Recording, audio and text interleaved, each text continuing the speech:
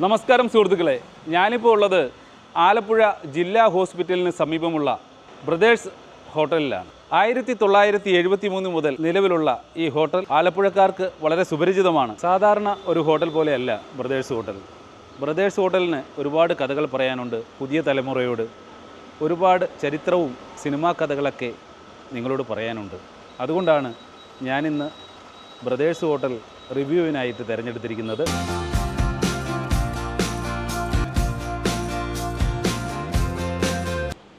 ഹോട്ടലിലേക്ക് കയറി വരുമ്പോൾ തന്നെ റൈറ്റ് സൈഡിലായിട്ട് ഇവരുടെ ബേക്കറി ഉണ്ട്.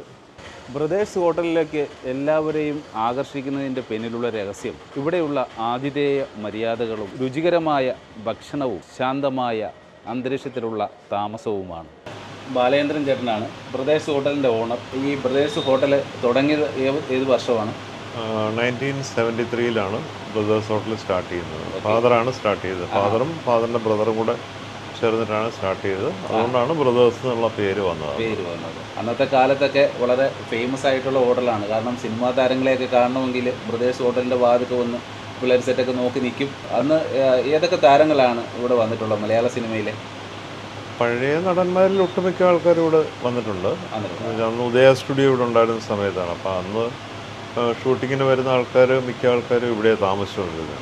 സ്റ്റുഡിയോയിൽ കുറച്ച് ആൾക്കാർ മാത്രം, ബാക്കിയുള്ള ആൾക്കാരൊക്കെ ഇവിടെ വന്ന് താമസിച്ചു. പ്രേം നസീറൊക്കെ ഇവിടെ താമസിച്ചിട്ടുണ്ടല്ലേ? പ്രേം നസീർ താമസിച്ചിട്ടില്ല. പ്രേം നസീർ ഉദയ സ്റ്റുഡിയോയിൽ താമസിച്ചത്.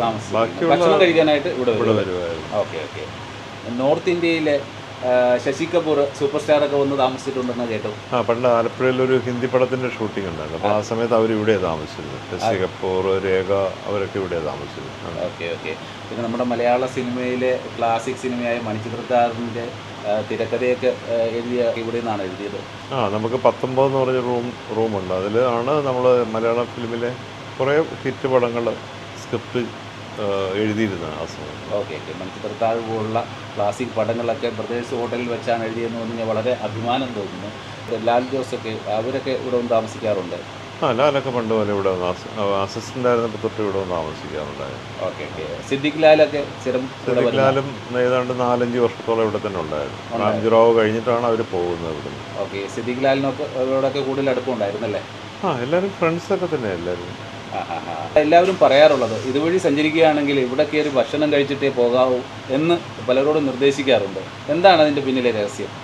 അങ്ങനെ പ്രത്യേകിച്ച് എന്ന് വെച്ചാൽ എല്ലാവർക്കും ഒരു നൊസ്റ്റാൾജിയ ഉള്ള ഒരു സ്ഥലമാണ്. അല്ലാതെ അതുകൊണ്ടാണ് എല്ലാവരും കൂടുതലും ഇവിടെ ടച്ച് ചെയ്തിട്ട് പോകുന്നത്. എല്ലാവർക്കും പഴയ ഓർമ്മകളൊക്കെ ഉണ്ട്. പണ്ട് ഇവിടെ ഇവർ അസിസ്റ്റൻ്റ് ആയിരുന്നപ്പോഴും, അല്ലെങ്കിൽ ആദ്യം ഫിലിം മാത്രമല്ല ബാക്കിയുള്ള ആൾക്കാരും മേഖലയിലുള്ള ആൾക്കാരും എല്ലാവർക്കും പഴയ ഓർമ്മകളുള്ളതുകൊണ്ടാണ്, ഇവിടെ ഒരു ഹോംലി ഫീൽ ഉള്ളതുകൊണ്ടാണ് വരുന്നത്. തീർച്ചയായിട്ടും.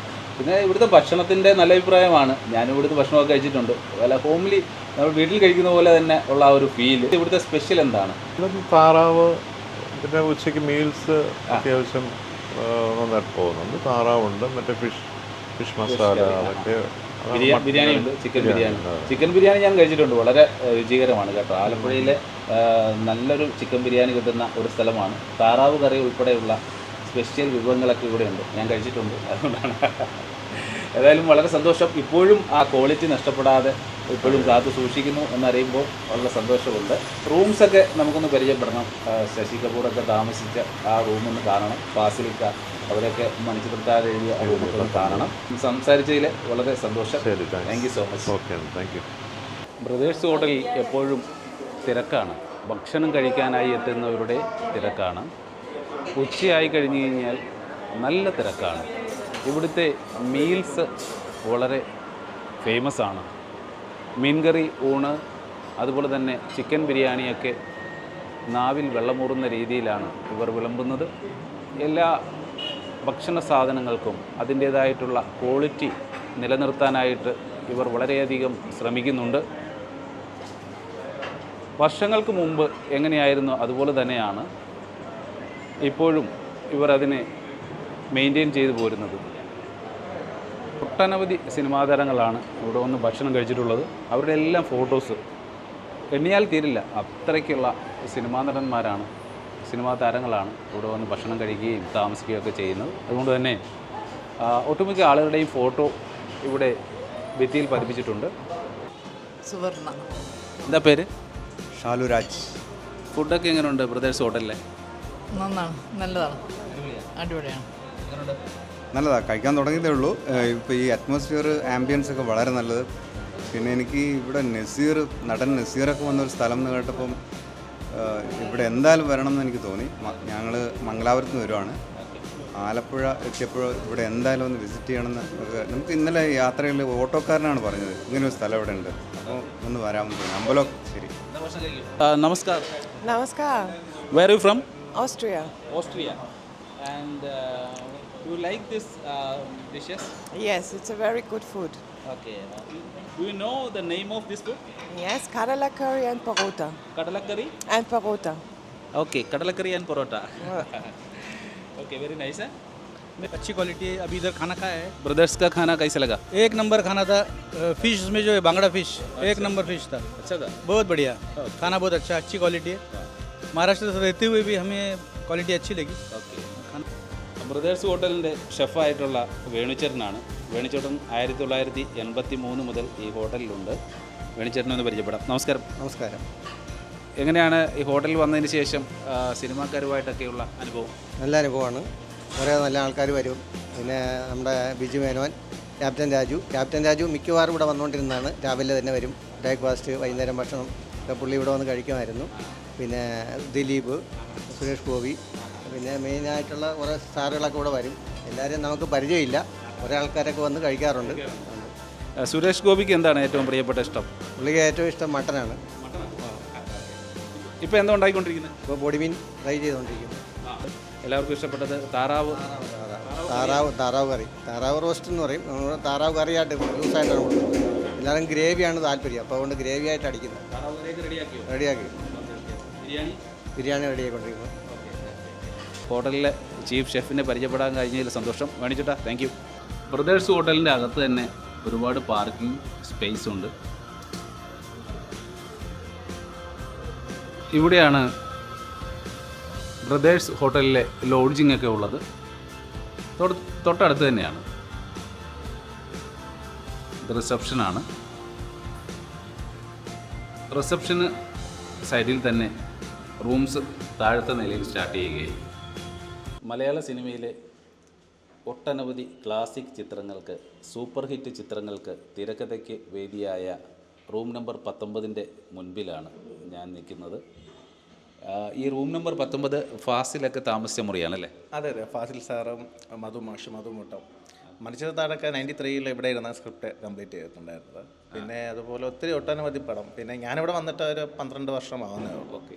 എൻ്റെ പേര് വിഷ്ണു എന്നാണ്. പക്ഷേ ഞാൻ കണ്ടിട്ടുണ്ട് നമ്മുടെ ടി.ആർ. റസാഖ് സാർ, രാപ്പകലിൻ്റെയൊക്കെ. അപ്പം ടി.ആർ. റസാഖ് സാറ് ഇപ്പം മരണപ്പെട്ടു പോയി. സാർ മരിക്കുന്നതിന് മുന്നേ ലാസ്റ്റ് ഒരു വർക്ക് ഇവിടെ വരുന്നു. ഒത്തിരി കാര്യങ്ങൾ ഉണ്ടായിരുന്നു, റൂമിലുണ്ടായിരുന്നു. അങ്ങനെ ഇവിടെ വന്നതിന് ശേഷം ഒത്തിരി പ്രതിഭകൾ ഇതുപോലെ പരിചയപ്പെടാൻ പറ്റിയിട്ടുണ്ട് പേഴ്സണലി എനിക്ക്. പിന്നെ ഒത്തിരി പേരെ കാണാൻ പറ്റിയിട്ടുണ്ട്. പിന്നെ ഒത്തിരി ഇപ്പം ലാസ്റ്റായിട്ട് ഫാസിൽ സാർ ഒരു വർക്ക് വെച്ച ഡിസ്കഷനിലാണ് ഫാസിൽ സാറും മധുമാഷും. അപ്പം അതിൻ്റെ സ്ക്രിപ്റ്റ് കറക്ഷനും അതിനൊക്കെ വേണ്ടി ഇവിടെ റൂം ഒത്തിരി നാൾ മധുമാഷ് ലാസ്റ്റ് മാസം എനിക്ക് വന്ന് മുന്നത്തെ മാസം എന്താ വീട്ടിൽ പോയതേ ഉള്ളൂ.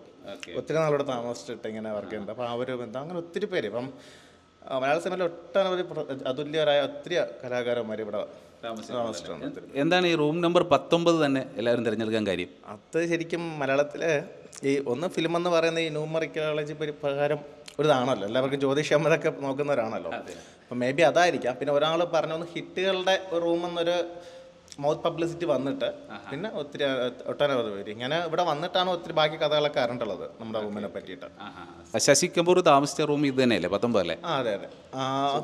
നമ്മുടെ ശശി കപൂർ സാറ് ആ സമയത്ത് നമ്മുടെ വിസിറ്റേഴ്സ് ഡയറിയിൽ എഴുതിയിട്ടുള്ള ഓട്ടോഗ്രാഫും അതൊക്കെ. ഇവിടെ ഒരു വിസിറ്റേഴ്സ് ഡയറി ഉണ്ട്. അവിടെ ഒട്ടനവധി സിനിമാ താരങ്ങളുടെ ഓട്ടോഗ്രാഫും ഫോട്ടോയൊക്കെ പതിപ്പിച്ച് അവർ എഴുതിയ കുറച്ച് വാചകങ്ങൾ ഉൾപ്പെടെ ഇവിടുത്തെ വിസിറ്റേഴ്സ് ഡയറിയിലുണ്ട്. ഏതായാലും നമുക്ക് റൂം ഒന്ന് കാണാം, 19 number room.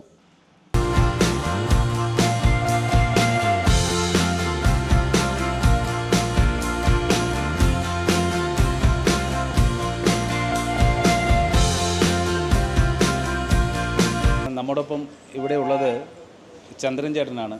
Super star Sasi കപൂറിന് ആഹാരം വിളമ്പിയ ആളാണ്. അന്ന് തൊട്ട് ഈ ഹോട്ടലിലുണ്ട്. എന്തുകൊണ്ടാണ് ചേട്ടന് ഹോട്ടലിൽ ഉള്ളത്?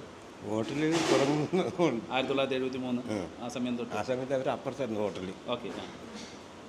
ശശി കപൂറിനെയൊക്കെ എങ്ങനെയാണ് ആഹാരമൊക്കെ വിളമ്പിയത്? നല്ല ഫുഡാന്ന് പറഞ്ഞു. എല്ലാവർക്കും നല്ല അഭിപ്രായമാണ്. നല്ല അഭിപ്രായം നോക്കുന്നു. അവർക്ക് നല്ല അഭിപ്രായം. അടൂർബാസി സ്ഥിരമായിട്ട് താമസിക്കുന്ന ഒരു സ്ഥലമായിരുന്നു അതല്ലേ? അടൂർബാസിയുടെ പ്രധാനപ്പെട്ട ഇഷ്ടപ്പെട്ട വിഭവം എന്തായിരുന്നു? ഫിഷ്, മട്ടൻ ആണ്. ക്യാപ്റ്റൻ രാജു. പുള്ളി മട്ടനാണ് മെയിനാണ്. മട്ടനാണ് പുള്ളിക്ക് മെയിൻ. പുള്ളി പ്ലേറ്റും കൊണ്ട് അകത്തോട്ട് പോകും. ഓക്കെ. ബ്രദേഴ്സ് ഹോട്ടലിന് റൂംസും റെസ്റ്റോറൻറ്റും അല്ലാതെ തന്നെ ഒരു ഓഡിറ്റോറിയമുണ്ട്. ഭംഗിയായ ഒരു ഓഡിറ്റോറിയമുണ്ട്. അത് വാടകയ്ക്ക് കൊടുക്കും. ബ്രദേഴ്സിലെ വിശേഷങ്ങളൊക്കെ കണ്ടു കഴിഞ്ഞ് വീട്ടിലേക്ക് മടങ്ങുകയാണ്. പുതിയ വീഡിയോയിൽ മറ്റൊരു വിശേഷവുമായി കാണുന്നവരെ this is Praveen Sreethankam. Take care. Bye bye.